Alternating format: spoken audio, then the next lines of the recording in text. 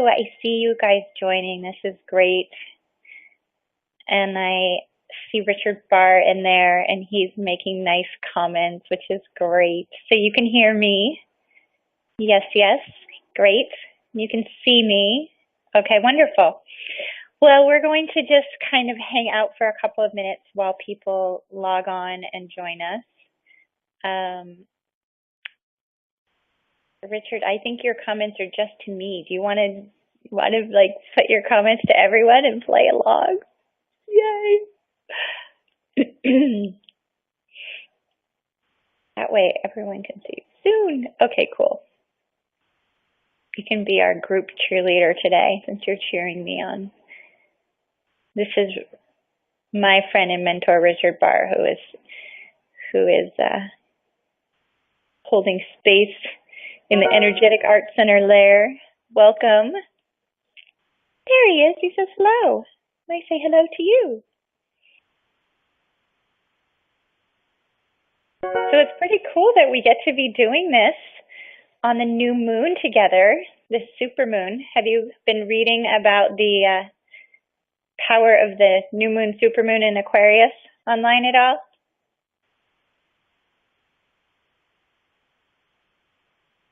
Well, I was wanting to see if Richard would write and tell me. Did you? I'll tell you about it. So it's a powerful new moon here in Aquarius. There are going to be, I think, two or three new moons when we are scheduled to have Mystic Society salons. So I think that bodes well for our annual intention here around manifestation, and the primary themes of society this year are money, magic, and meaning. So the fact that these salons are lining up on these intention-based new moons is kind of a fun thing. I love that. So we are testing out a whole new process here for 2015. Up until this point, Mystic Salons have just been a small little group of our mastermind ladies and our groups. But for 2015, as some of you know, we have opened the doors to the Mystic Society to a broader community of new modern mystics. Oh, Elena's here. Hi, Elena. Welcome. Thanks for your hello. So we've opened up the doors to a broader community of modern mystics. And so now we'll not only be our mastermind circle, but we have a mystic mastery star here as well. Elena has joined us. We have, as I mentioned, Richard Barr with us, who is our a mentor and good friend. And so we're testing this new platform to see how that goes, because our little Zoom can only accommodate so many people. Hey, Desiree's here too. Sweet. I'm so glad to see everybody. So we were just talking about how synchronistic and cool it is that we're getting to do this first salon on the new moon. And so I just wanted to know if you guys had been reading about this moon some, and if you guys have already done your intention setting for this new moon, or if we should talk about that a little bit. Oh, Kathleen's here too. Welcome, Kathleen, who was one of our bonus guests for the Mystic Circle last year, bringing her incredible intuitive skills and gifts to the Mastermind and Circle, and who is joining us in the Mystic Society this year. So happy to have you. Welcome. So those of us who are in the circle and kind of doing some of this annual reflective and projective work around intentions have been looking deeply at how the last year transpired, but not just what came and what didn't come, looking at the seeds that you planted, such as you're setting your intentions and aligning yourself to your vision for the new year. You're really building on planted up till now. It doesn't mean we can't be planting new seeds now, but one thing that we know about not only this new moon, but the energetics of 2015 in general, is that the entire year is about bringing forward and bringing forth into form the seeds that we've planted, not only over the last year, but actually over this last cycle of 7 years. So hopefully you guys have done a little bit of that reflective process. If you haven't, tonight is a perfect time to do that. So not just sitting down with, say, journal or pen and paper about where you want to go and what you're calling in going forward, but do a little bit of a reflection of what seeds have you already planted and where are you with those? Have they come up? Did they bear fruit? Are they things you want to release so that you can feel complete? Or are they things you want to reactivate and bring forward again through the intentions that you're setting, not only for this moon, but for the year as a whole? So one of the things I really wanted to do in this call was not only say hello and welcome you to the new year, but also to talk a little bit about some of the core routines and practices that you can do, that anyone can do, that connect you to not only your dreams and visions, but to the flow and the magic and the mojo that comes from structuring your days and your practices in a way that's in alignment with your body and your seasons and the moon rhythms and all of those things. We're definitely talking about the core routines. Also going to talk a little bit about using the light. Those of you who are in the Mystic Society or one of the circles, you know that in this month's topic and content, we talked a little bit about the life wheel and how it can be used as a tool to support your manifestation process. And then we'll be talking also a little bit about the Prism process. And again, in the Mystic Society, you'll find that video on the Simplero space, but we'll also cover it here for those of you who are just joining us now for the call. It's so fun to see you guys all there in the comments. Thanks for doing that. Okay, any other questions or anything else we want to touch on before we get started? And comment to the left. And Candace, I want to welcome Candace here. Candace is also working behind the scenes to kind of keep an eye on things. So if you have any questions or anything's going wonky, you can post your question in the message site, or you can, I guess that's what you should do, because I think she's logged in under Lindsay. So yeah, go ahead, and any questions that you have, you can post them there. So we're going to get started by bringing our minds together. And this is something that we do not only to get grounded and present here in the moment, but to access unity of mind and oneness of heart that allows us to really call in our own intuitive guidance and our deeper connection as a group while we're spending this time together.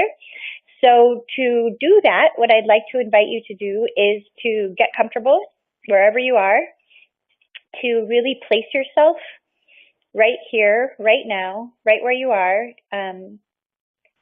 Take a deep breath. If you haven't already, turn off anything that might be pinging you or making notifications come up so that you can be present fully, at least while we're bringing our minds together, if not throughout the duration of our call.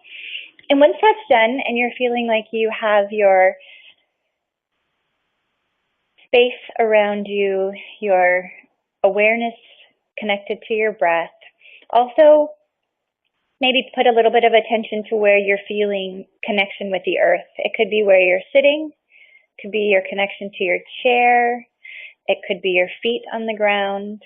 If you're lucky enough to be outside and sitting on the earth, you get extra connective grounding bonus points.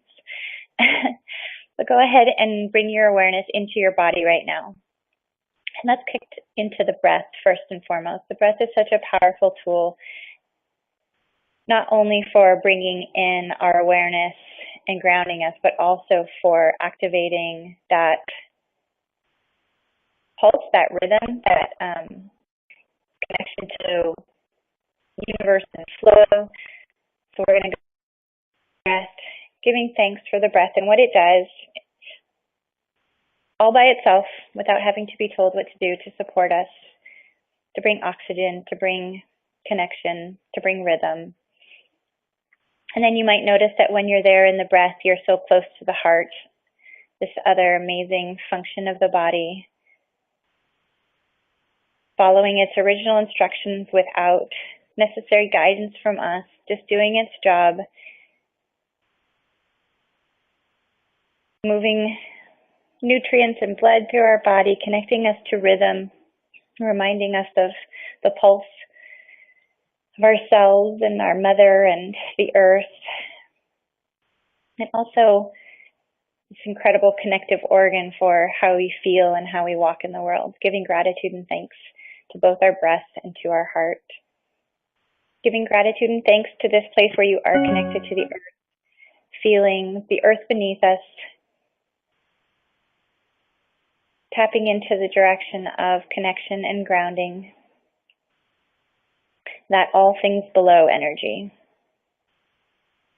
And from that place, I'm feeling called to give gratitude and thanks to the above, to all that comes up out through our crown chakra and up, high up past the treetops and into the ethers, that upward energy. Gratitude and thanks to that energy that connects us to the unseen, to the divine, to the mystery, certainly to the magic.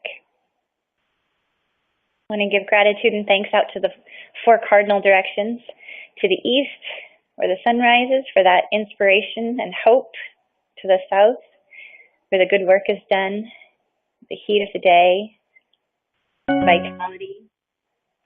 I also want to give gratitude and thanks to the west,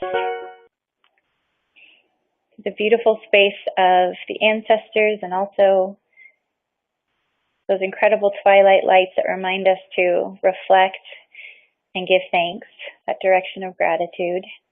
And to the direction of the north, where the inspiration comes, the guidance, the wisdom, another direction of mystery. And then we've done within.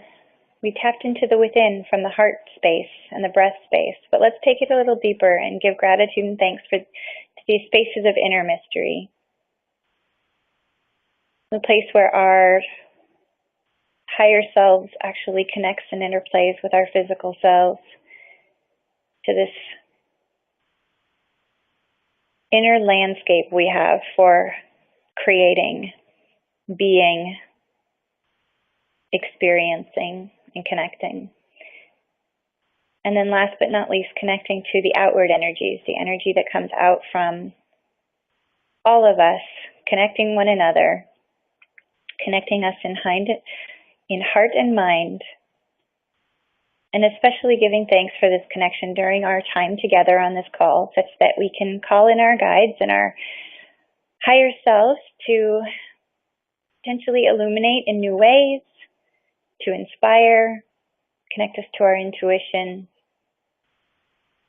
Best use of hearts, minds, and words during this hour together.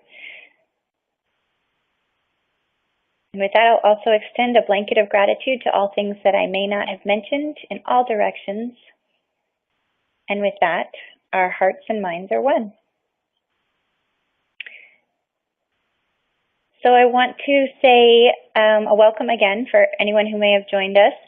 We just brought our minds together using a kind of modified mystic version of a Thanksgiving address, which is an ages-old practice for bringing people together and unifying intention around a topic or an agenda or just a state of being. So welcome, everybody. This is our, as I mentioned when we first got on, this is our very first Mystic Society Salon for 2015.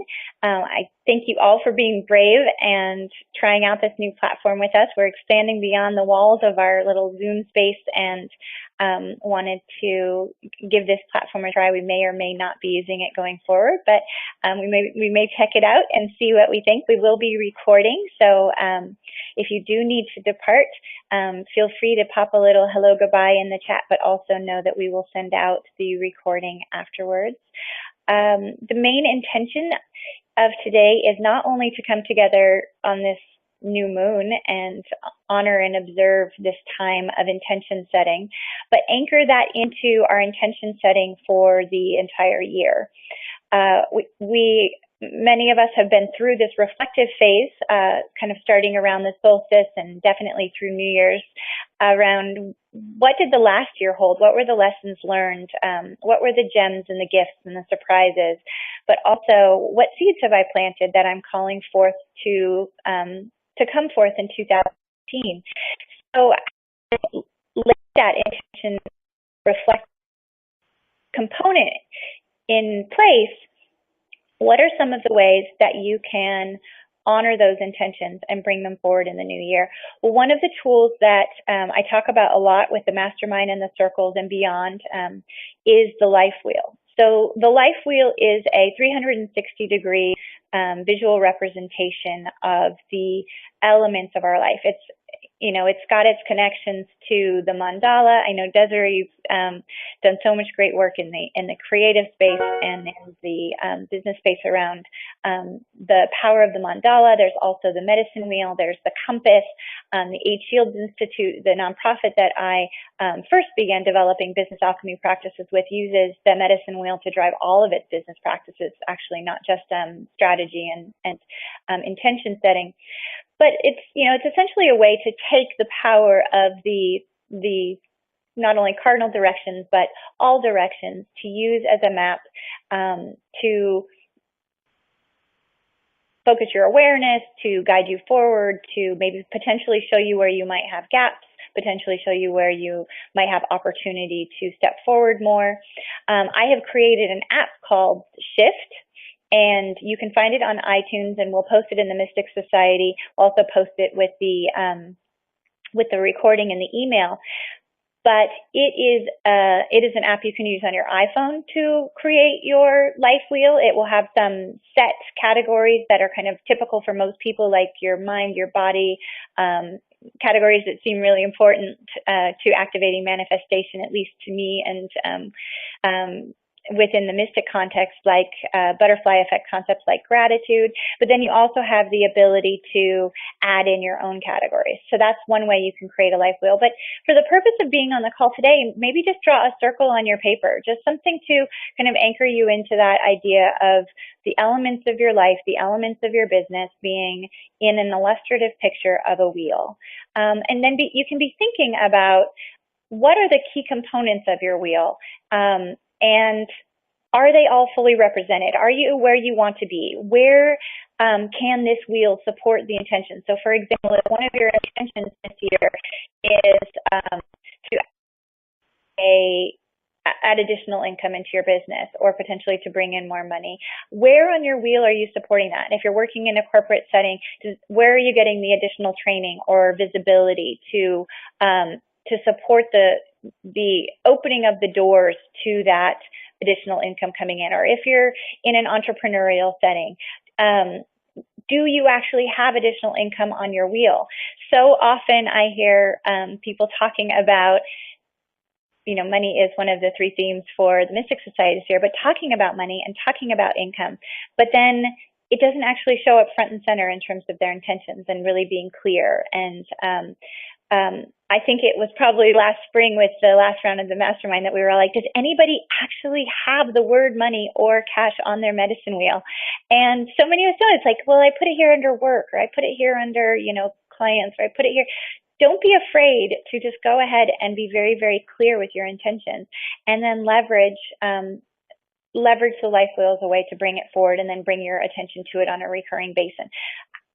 So whether you are using the app or whether you create the life wheel on paper, revisit it, because it's also a tracking tool. If you put it in a place like your work folder or in your journal, you can actually come back to it and then look at, how am I showing up vis-a-vis this wheel? Am I out of balance on one side? Am I insufficient or feeling out of alignment, either in insufficiency or excess, on another side? And it can become, through tracking, it can become a calibration tool as well. Looking at how you can find a level of balance that's right for you. So again, with the life wheel, look at the intentions that you've brought in, look at whether they're represented on the wheel, and then actually begin to create a scale of where you are vis-a-vis that goal. You may find that you're feeling like this last month has been a ton of work. I know some of the ladies in the circle here have had big launches in the last 30 days.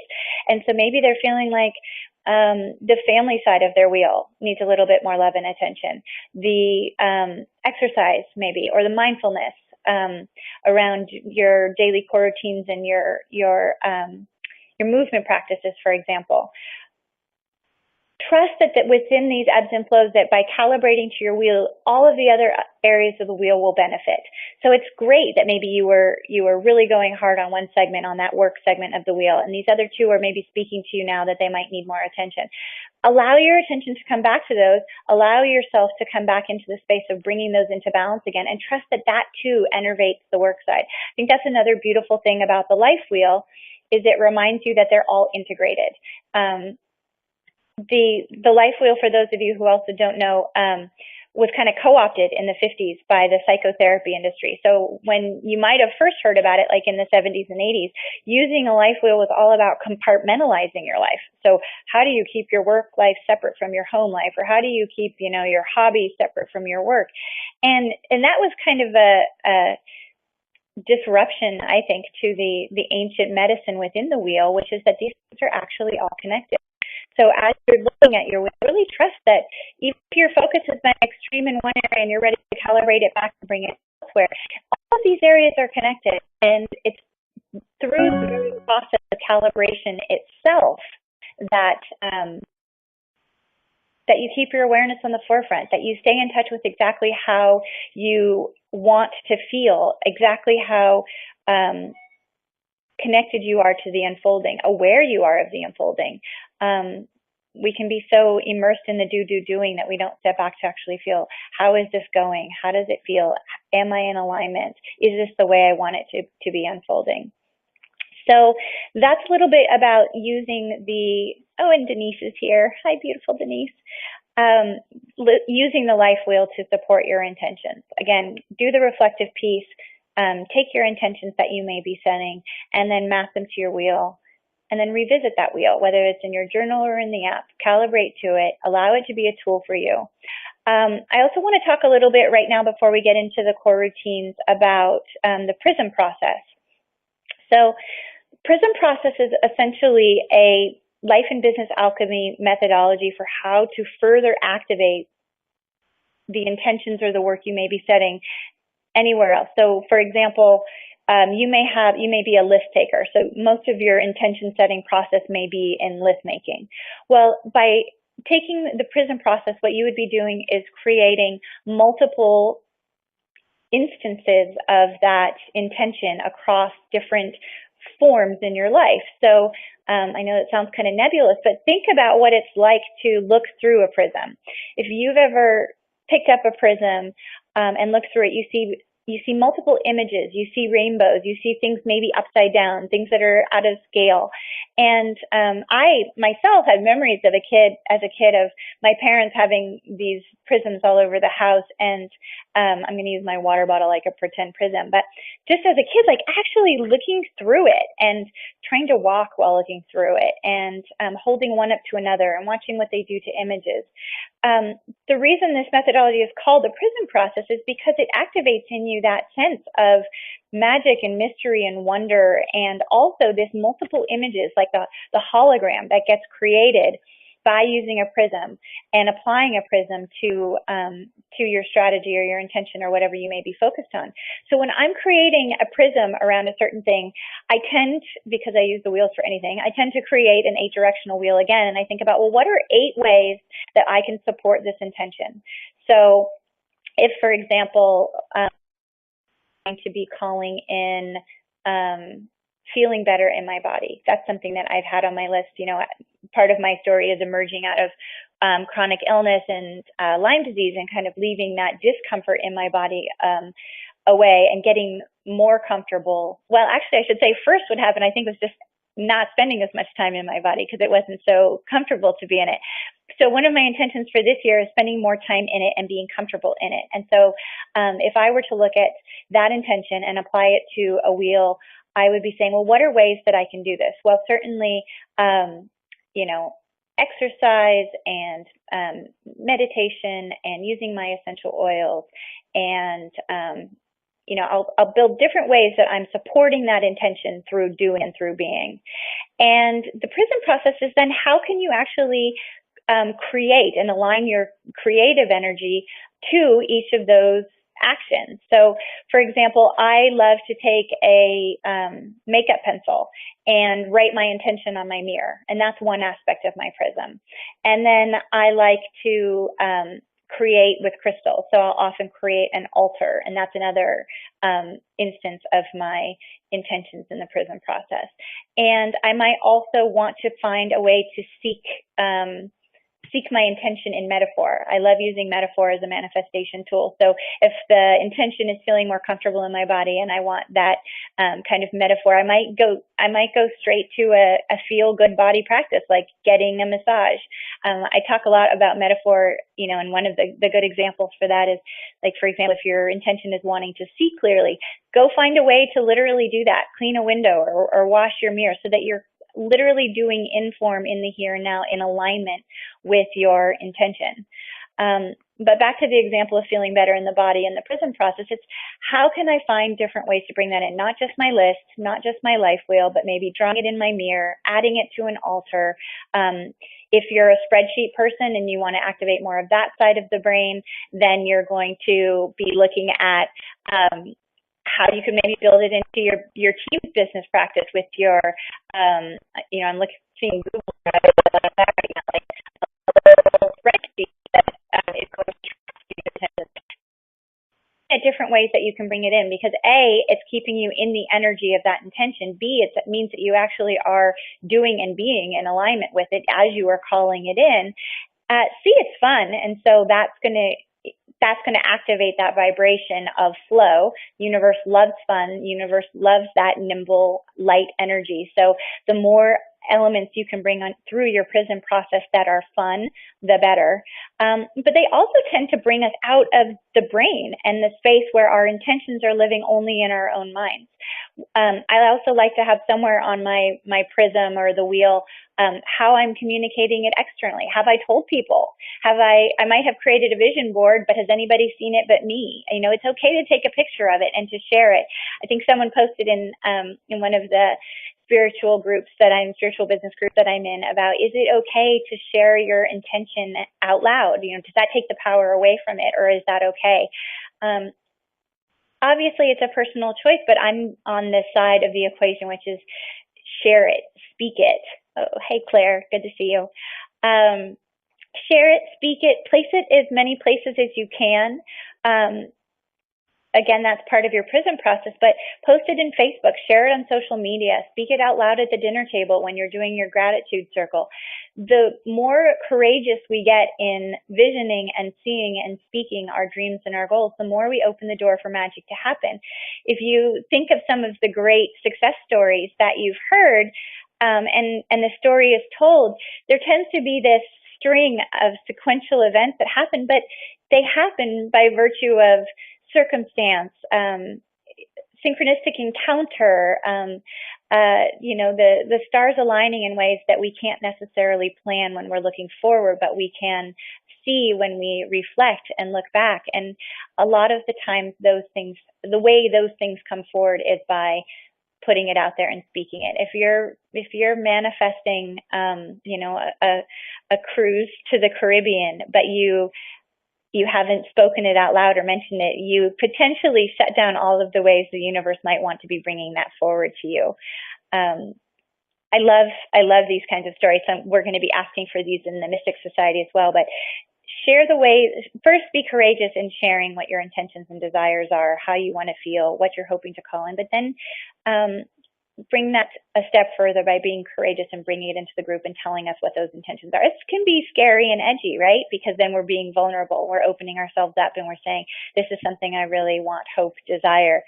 But I think that you'll find that it's a muscle that as you exercise it, it gets easier and easier. You can not only trust that it's being held in the basket of highest intention, but also that people will want to contribute and see you be successful. I believe on an instinctive level, love seeing people achieve their goals and experience magic in their lives. So when you are brave enough and courageous enough to put your intentions out there and share what it is that you're bringing in, what it is you're hoping to manifest, it just it just activates that whole potential for someone to raise their hand and say, well, I know a way that that could happen, or I know a person you should talk to. Continues to open those universal doors towards alignment with your path and purpose. So I want to tell you just a little bit of just straight information about how I do this. For me, I think having this life wheel as an integrated model that I use as a guidepost for all I do means that I have integrated a lot of the mystic practices through all of the things that I do. From the moment that I wake up in my practice for coming out of the ethers to I go to sleep at night. All of it is an intertwining of my goals and desires, my gratitude practice, my presencing or inquiry. So I actually just want to go down the list of what some of my core routines are and share them with you. These are things that you can add to your toolkit. They're also things you could potentially shift and change and adapt, or make your own or expand upon what you're already doing. So look back on the practices that I think had the most impact from last year. Well, first of all, I guess I should say I had an incredible year. So that's part of why I did the analysis and the inquiry on, well, what made it so incredible?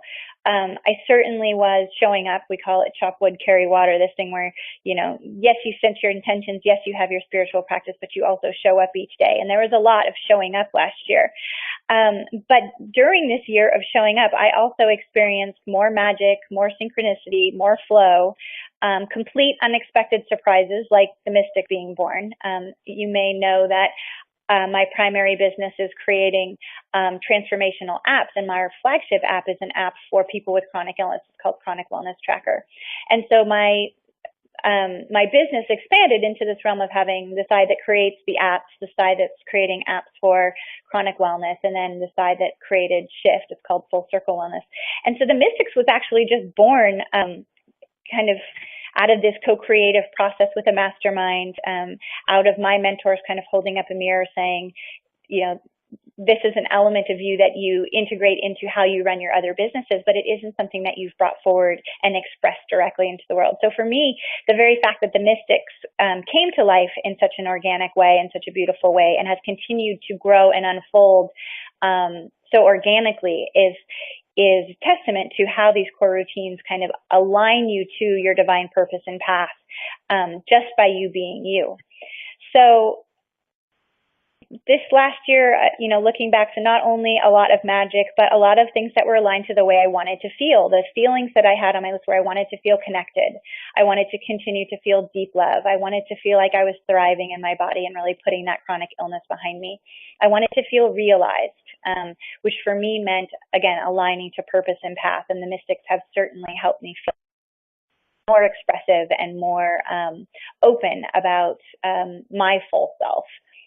I definitely experienced a lot of travel, and that wasn't necessarily on my list. I hadn't said, part of my intentions for last year was to travel, but I can see now how travel activated other intentions like connection, like new experiences, like opportunities. And certainly there were huge increases of monetary gain as well alongside this, which was beautiful and great. So what were some of the practices that I did for that? So one thing I mentioned already, I had a really foundational gratitude practice. I'm on my 5th year. It's something I do every day. I actually use social media to do it. And so each day I post something called 365 Days of Gratitude in Facebook, and I share a simple picture or a simple story or words that capture, in essence, a moment of connection to source, spirit, and gratitude from that day.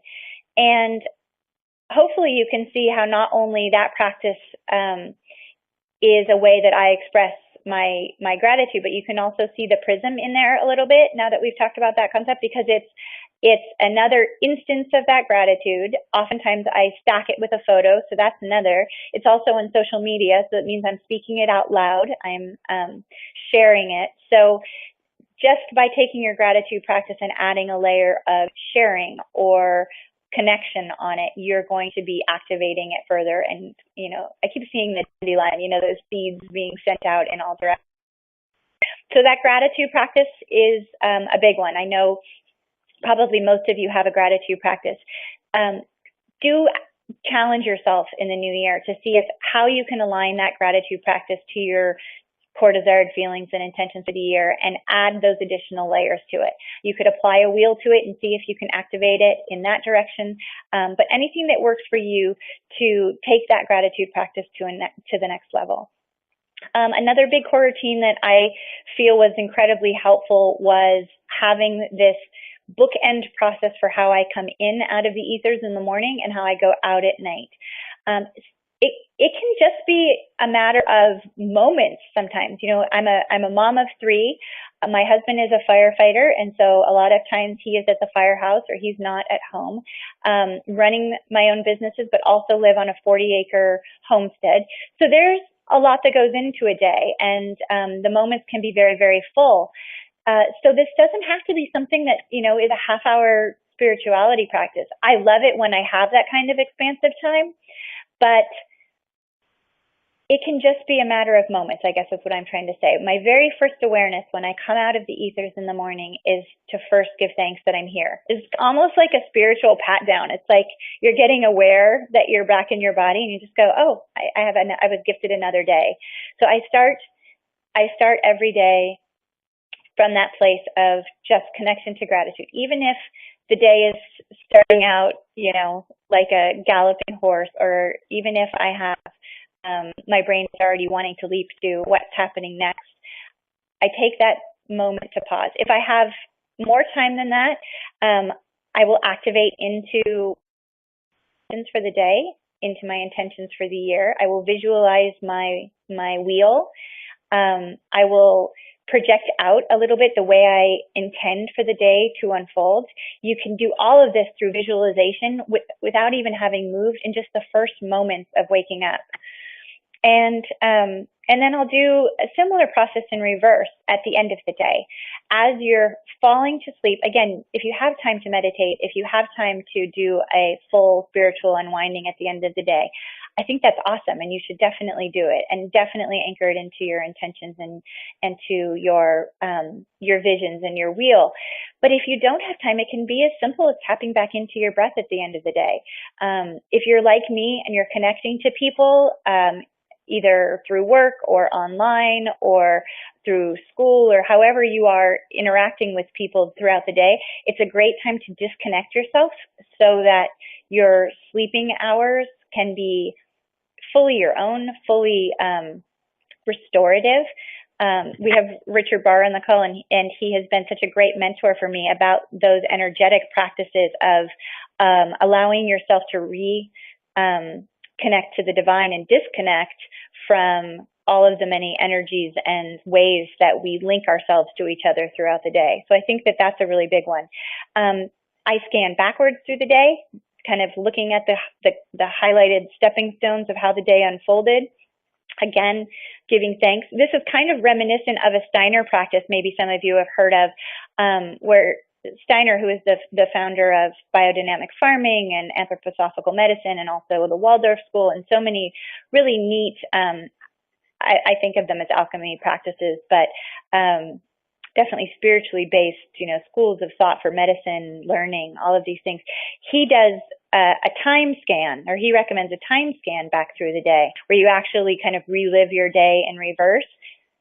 I find that to be a great way to fall asleep because I can never make it back through the afternoon. But I do, as I mentioned, I do like to kind of scan back at least through the day as a whole, recapture the gems, re-access the gratitude from the day, maybe metabolize and exhale out the pieces that felt challenging or stressful, releasing them and turning them over so that I can be fully present for sleep. So I feel that bookend process for waking up and going to sleep was a really vital core routine for a lot of reasons. Not only because, again, it activates and underscores elements on my intentional wheel, like being connected, being in the flow, accessing the butterfly effect of gratitude, but also because it continues to create energy and It's like a universal underscore on how I want to feel going forward. It's part of that Prism process for how I anchor into to abundance and manifestation and magic, essentially. So that is kind of the bookends of your day. I think the core routines within the middle of the day are so unique to everyone, but my personal ones include getting outside and getting into nature. So I try to get to the hill as often as I can. Nature, like gratitude, is another tremendous activating force, butterfly effect on anything you do. And again, if you're feeling like it's unlikely that I can get out into nature every day or whatever, find a way to do it as part of something else that you do. We used to talk about brushing our teeth outside because it's something that everybody does. It's something that you're going to dedicate a portion of your day to do anyway. So if you haven't been able to get outside, haven't been able to breathe fresh air, haven't gotten barefoot on the ground, take your toothbrush outside and just go outside and connect and breathe and feel your feet on the earth. And I just find that is it. It's so activating on so many levels, but it certainly awakens in us this sense of connected we are to the greater whole, especially if you're brushing your teeth outside at night. How can you not feel connected to the magic in the you look up and you see the stars? That incredible magic and mystery that comes from just being aware of our natural surroundings and the gifts that come from it. That's the good stuff. And the gifts that come from it are big. I can't tell you how many times I feel like either the inspiration came or the connection was made or the vision presented itself, or even the steps of a strategy or a launch or a communications actually kind of drop into place when you're outside in nature. So that's another piece that regardless of what your specific core routines are for your day, finding a way to add nature in as a layer and as another component is so incredibly important. Gifting. Gifting was something that was so much a part of my year. I think because I was so much in this mindset of, the mystics is this fun side project I'm doing, there was just a lot of gifting of my time, of thoughts, of concepts, of business alchemy practices that I like and use, of strategy sessions, of use of my property for workshops, just a ton of giving. And of course, we all know that, when we create and when we give, we activate that giving energy all around us. And then we also open ourselves up, of course, to be the recipient of gifts, that reciprocal nature. So I love to see people adding gifts or giving in some way on their life as well. And there are so many different ways to do it. If you're on the side of the equation where you're already feeling like you overgive or you overdeliver or you're overwhelmed, then that's an area maybe to be aware, well, how could you be giving in a way that's in more flow for you? Or how can you both establish boundaries that feel restorative and supportive to you while also trusting that the giving process is also in its very nature a manifestorial process, if that makes sense. I also put my self-care front and center. Elena had to hop off the call, but if you are in any need or need of support for how to integrate self-care into your life and business, Elena's has a wonderful line. Her emails are full of great tips. But putting self-care for me is not like a layer anymore. It's a key foundational layer. And again, if you start to have that kind of monkey brain or that inner gremlin that says, well, I don't always have time for self-care, or that, I have to work, or work has to come first, or these other things have to come first. I just really want to encourage you to remember that life wheel and that self-care piece is the foundational piece. In future calls, we'll talk a little bit about rings and how to use those to prioritize intentions and also as a signal to the universe of what your priorities are. But just trust that self-care piece, that inner ring, is the foundational and most important ring. And so anywhere where you can bring self-care in, either as a direct practice in terms of your movement or meditation or, putting better boundaries around your work hours, but also building self-care into how you do other things. Maybe look at the more stressful sides of your business and say, how can I shift this? Maybe look at the places, as we talked about giving, where you're giving, that you may be feeling like you're over giving or depleted. How can you shift that to be in alignment with what feels better? All of that is self-care too. So again, if you're a person who needs a reminder about self-care, consider putting it into your intentions list or directly on your wheel, trusting that that's just as much a part of your business strategy and just as much a manifestation tool as any of these other things that we're going to talk about. I also want to talk a little bit about how this all aligns you into like vibration and a mindset. One of the things that happened last year that I encourage everyone to do is to connect to circles of like-minded people. If you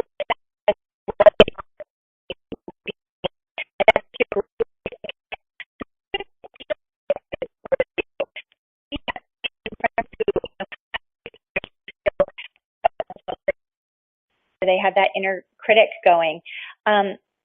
Make sure that you're finding yourself in and spending time in circles that feel supportive and amplifying to the way you want to feel. So you should feel more energized. You should feel supported. You should feel inspired. Look for the places where you feel that way and spend more time there. And also be aware of when you're not feeling that way and consider limiting your time in circles that maybe no longer serve you. Maybe you're ready to move on past. Finding my way into the woo group, also finding my way into a mastermind, finding my way into spending more and more time surrounded by modern mystics, all have not only touched on elements of my purpose and my work, but also touched on the way I want to feel in my body, my core desired feelings, and then of course infuse all elements of the wheel as well. Keeping track of something is, I don't know how many life hackers there will be in this group, but the app side of my brain, the technical side of my brain, loves tools for tracking. And they're metaphysical tools, really. They're awareness tools. They bring our attention and our focus into what's working and what's not working. They give us a reflection of ourselves that we maybe haven't seen in other ways. So tracking yourself, whether it's through your journal or a spreadsheet or an app, is just such a powerful way to learn about yourself in new ways and to see hidden gems and to allow the universe to speak to you about things that maybe you haven't fully accepted or received through your intuition or through other channels. Sometimes the more doors we open for the universe to speak to us and to help us align. I think the universe is honestly trying to conspire on your behalf to achieve everything you've ever desired and wanted. And it's just a matter of how much we access it, align to it, open ourselves to it, and receive. So again, I feel like tracking is a great way to not only open the door to seeing things in new ways, but to receiving. So I would definitely encourage you to do that. So we touched on receiving. This was a big one for me in the last year, and I've actually added it as what I call a high-level core routine, something that I'm actively putting my focus on and looking at how I'm doing that. I've created a wheel specific to receiving. And it's a great yin-yang balance to that giving side of your wheel. And what are some of the Prism process things you can do for receiving? Well, there's literal ones that are really important, like if we're talking about your business or entrepreneurship, like do you actually have your purchase process lined up? Is your PayPal easy, or your payment method really easy for your clients? If you're talking about your literal mailbox, I remember when I was first starting experimenting with the Prism process, I literally went out and I tended my physical mailbox. Bring a little beauty way to to the places in which you receive. So looking for where you receive in life, making sure that those areas are innervated, and then creating beauty, way, and space in there. My personal biggest probably effort last year on the receiving side was clearing clutter. So having come out of this phase of chronic illness with myself and my kids and kind of gotten back on our feet and then kind of back into the swing of work and life and kids in school and me working again, things had just started to accumulate behind the scenes, and it was time to do a big purging. And there are 5 of us in the family and often more. And because my in-laws also have a place on the property, it's a family homestead, so my dad and his wife live on the property. There are a lot of kids on the property at any given time. There's so much stuff. So I actually took the plunge and invested in having someone come help me clean out. And this was partially because there was a lot to do, but it was also because it brought in an element of fun. It brought in an element of connection because she was really good at what she did in terms of system and process. She saw things that I didn't see. It was connective, and it also was, and I paid money for it. So it was an energy exchange. It was a gesture to the universe that I was serious about clearing space, about clearing clutter, about making room. Nothing exists in a vacuum. I'm sure you've heard a million times said. So the more we clear and create space to receive, the more we've opened up the channel for the universe to deliver back in. It's a tricky space, but it's one that's so important. The more we're working towards manifesting, the more we are often doing. The more we are doing, the more we're accumulating. We can get so overstacked with not only full desks, full inboxes, full voicemail boxes, full schedules, that it can be really hard for the universe to bring in all this stuff that we're doing the work, we're so-called doing the work to try to align to and to call in. So the more you can look at all of these areas where we receive and clear space, the better. I have not done this yet because I don't know why. I guess I'm going to have to hold myself to doing it now, but putting a magic, I know someone who puts a magic hour actually in their calendar, and it's a sacred hour. And this isn't for meditation, and this isn't for, exercise or for any given task. This is actually about magic time, like strictly unstructured, so that when that window comes into your day, you can be fully responsive to what the universe puts before you in that moment. Maybe you'll have the opportunity to sit on a webinar you wouldn't have otherwise sat in on, or maybe the phone rings and it's an opportunity to actually connect and remember those things called long, unstructured conversations where you just talk and connect. Giving yourself that expansive space and then trusting that the universe is bringing into that space exactly what you needed in that moment, giving you the opportunity to reconnect to the divine and to spirit, to be more on the being side and a little bit less on the doing side. I think that there's so much to be said for creating that open space for the universe to bring back to us. It kind of ties into another principle, which is the this or something better.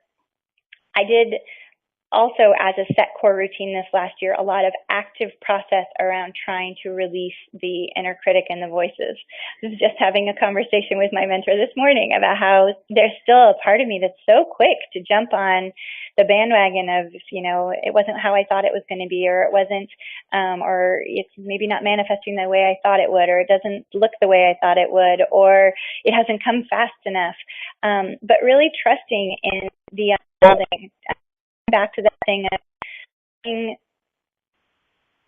release, loving detachment, this or something better, trusting that if we can stay focused on our intention for how we want to feel and who we want to be and how we want to show up in the world, that the universe can worry about the hows and whys and the whens. And you can continue to just align yourself to the energy of feeling good along the way, of chop wood, carry water in a way that's in alignment with your core desired feelings and your intentions.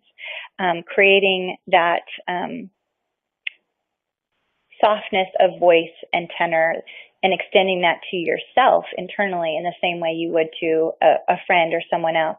We can be so hard on ourselves in terms of how our days and weeks and months unfold, and yet across the board, when I was doing the reflective, we call it Renewal of Creative Path. It's a business alchemy practice for looking at the last year and really calling out the miracles and planting the seeds for magic to come. When we did those at the end of the year for the last round of the Mystics, across the board, everyone's amazed at how much they accomplished. Everyone is amazed at how much magic came into their life, about how some of the most pivotal and, like me with the Mystics, pivotal and magical gifts that came were unexpected. They weren't on the list. They weren't part of the strategy. They were part of what came out of being open, of clearing space to receive, of trusting, of giving thanks, of connecting. So, keep an eye out for that. And and use each other. I mean, certainly the Mystic Society is there to be a high vibrational community where you can show up and not only courageously speak your truth and your intentions, but ask for support, share your wins, celebrate each other, connect. It can be another element of your prism as well. So this kind of brings me to the abundance piece. So I promised when I said I was going to first do this call to the ladies that are in the mastermind circle that I would talk about the biggest pitfall that I see people making when they are working on manifesting or they're setting their intentions. And it's so easy and it's so embarrassing because we've probably all fallen victim to this one or been susceptible to it anyway. And this is, I see people over and over saying that they want to manifest abundance. And they use that word abundance to represent, most often if you boil it down, they're talking about money or income or profit margin specifically, but we talk about abundance. And I don't know, maybe Richard can chime in because he had a great definition of abundance this morning, but it was something like the resources to make, something happen or having what you need. Another friend and mentor of mine calls abundance rivers of whatever you need whenever you need it. But the truth of the matter is when we haven't done deep inquiry into what abundance means for you, and yet we're using the word so liberally and we're potentially even putting it on our vision boards and our intentions and our life wheels, what I have seen over and over again is people manifest an abundance of everything. And so that can mean an abundance of chaos, of overwhelm, of stress. Most often abundance will flow through the channels that you right now already have activated. So if you're not consciously and with awareness opening the channels to ease and grace and flow and maybe income, abundance will flow through the doors you already have wide open. And if the doors you had wide open before were stress or trauma or illness, I've just seen it time and time again that people can just overwhelm a whole lot of whatever, not necessarily the thing they're wanting. So at the very least, if you're using the word abundance in conjunction with your manifestation and your intentions, at least do a little bit of work yourself to vision board out what that is more so that the energy that you've infused in the word abundance is fully activated and aligned with your desires. I'm so glad. Yes. So I'm loving reading your comments. Thanks. It's so nice to know you guys are out there. So that I would say is one of the things I like to encourage not only in the mystics, but with friends and all of the kind of spiritual social circles I'm in to define very specifically what abundance means for you. And if possible, I'd even replace the word. I would get really specific. If you're talking about wanting more ease and grace, then put ease and grace out there. Put that on your wheel. Put that on your intention list. If it is that you want to double your profits or increase your, just say it. Like I said, I truly believe that the universe is conspiring on your behalf, and it's just about us getting out of our own ways, about creating the space, about listening to the cues. The universe is sending you a whole lot of cues that aren't in alignment with how you want to feel. Instead of pushing them off and keeping, you're just focused on your mantra of positivity, look at what it's showing you. Maybe that's exactly where you need to focus to shine the light, to either release it or shift it, or maybe the gem is hidden right there.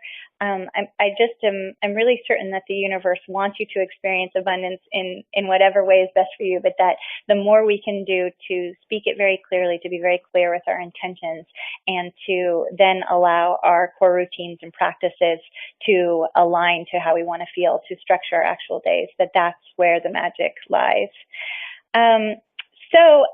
There's a lot more in there in terms of my specific core routines.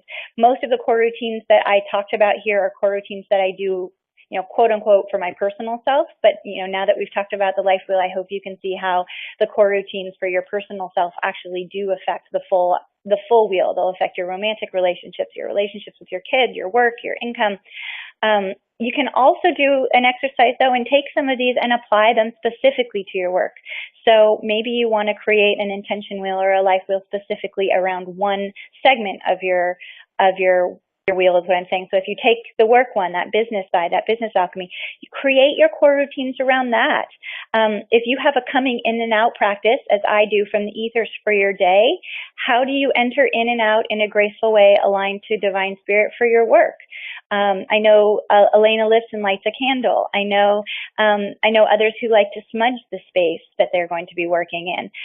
Look at what those in and out practices, I also call the in-breath, out-breath for your day. If you're looking at more connection in your life, look at how you're actually connecting in your business. If you're looking at developing a prism process around your intentions, potentially create a prism process around a specific objective on your strategic plan, or if you want to be creating, we're in a webinar. If you want to be creating webinars, how can you place a prism process around that? You could attend some more webinars. You could share your webinar. You could create images on Pinterest of your webinar. I mean, again, look at how these core routines that we talked about that kind of create the flow of our day, look at how you can create that same kind of access, magic, and flow within your business. So in the spirit of sharing intentions for the next year, maybe you could think of one or two that are really alive for you. Challenge yourself to put them here in the messages. I love Richard just said that you mean it and you own it. It's so true. That claiming piece is such an important piece of the manifestation wheel, you know? See it, say it, do it, receive it, and then actually claim it. So if you would be open to maybe in the comments or in the Mystic Society, if you're in the group, share what some of your intentions and desires are for the year. Invite reflection, invite celebration. I know for myself, I'm really staying focused on growing deeper roots on the intentions that I had last year. I think that that's another pitfall I see, is that because we're doers, because we're seeking, because we work hard, because we want to manifest, sometimes we are almost too nimble. We can keep moving the bar on ourselves. We can keep moving the focal point on the horizon. And this year for me, it's about letting that focal point on the horizon stay right where it is and just going deeper towards it. So more ease and grace, yes. More magic, more sharing, more connection. This effort to bring the Mystic Society to a broader audience and to open its doors and to be what it has been so far, which has been a mechanism for word of mouth, connection. The people who have come in typically through other people in a circle or mastermind, or are connected by virtue of a business circle. So allowing these things to unfold naturally and in a fun and organic way, and being open to receiving them, certainly on my own list. I do want to invite you to share yours. I also invite your feedback on how not only the salon was for you, but also the platform itself. As I mentioned at the beginning, we're experimenting with different platforms, and we're laying the foundation to invite more people in and to allow more people to come be a part of the conversation. So your thoughts and experiences matter a lot, and I really appreciate them. And I'm sure there's more that I'm not thinking of, but we are at time here. So I want to thank you all for coming. I also want to separate our minds right now. So for those of you who are here at the beginning of the call, we used a connection process connected to something called the Thanksgiving address to bring our hearts and minds together. And what I want to do now is separate. So again, if you would be so kind as to possibly close your eyes and reconnect in again into your breath. We've been on this virtual platform in a virtual circle, and we have been connected in ways that we understand, in some ways that we don't even understand, and all of that brings a lot of energy our way. It also brings us very much into our head space. So I want to give thanks for all of that and our ability to have been connected, but I also want to bring you back into the here and now, into your space, where you are on this earth, where your beautiful heart is beating and your breath is allowing you to continue to experience the environment around you and transmute that into light and energy and all the magic that our heartbeat and breath do in our bodies. And from this place of being right where you are right now, I want to give thanks back to all of the guides that came and joined us, that may have presented themselves to help us see ourselves in new ways or open ourselves to new ideas, certainly connecting us for the first time in this circle. Gratitude and thanks to them, to all of you, and to all of the directions. I now separate our hearts and minds so that we can go on about our days to laugh our own laughs and dream our own dreams, knowing that we can tap back into this circle through our need to, and also via the recording for those who may have missed it.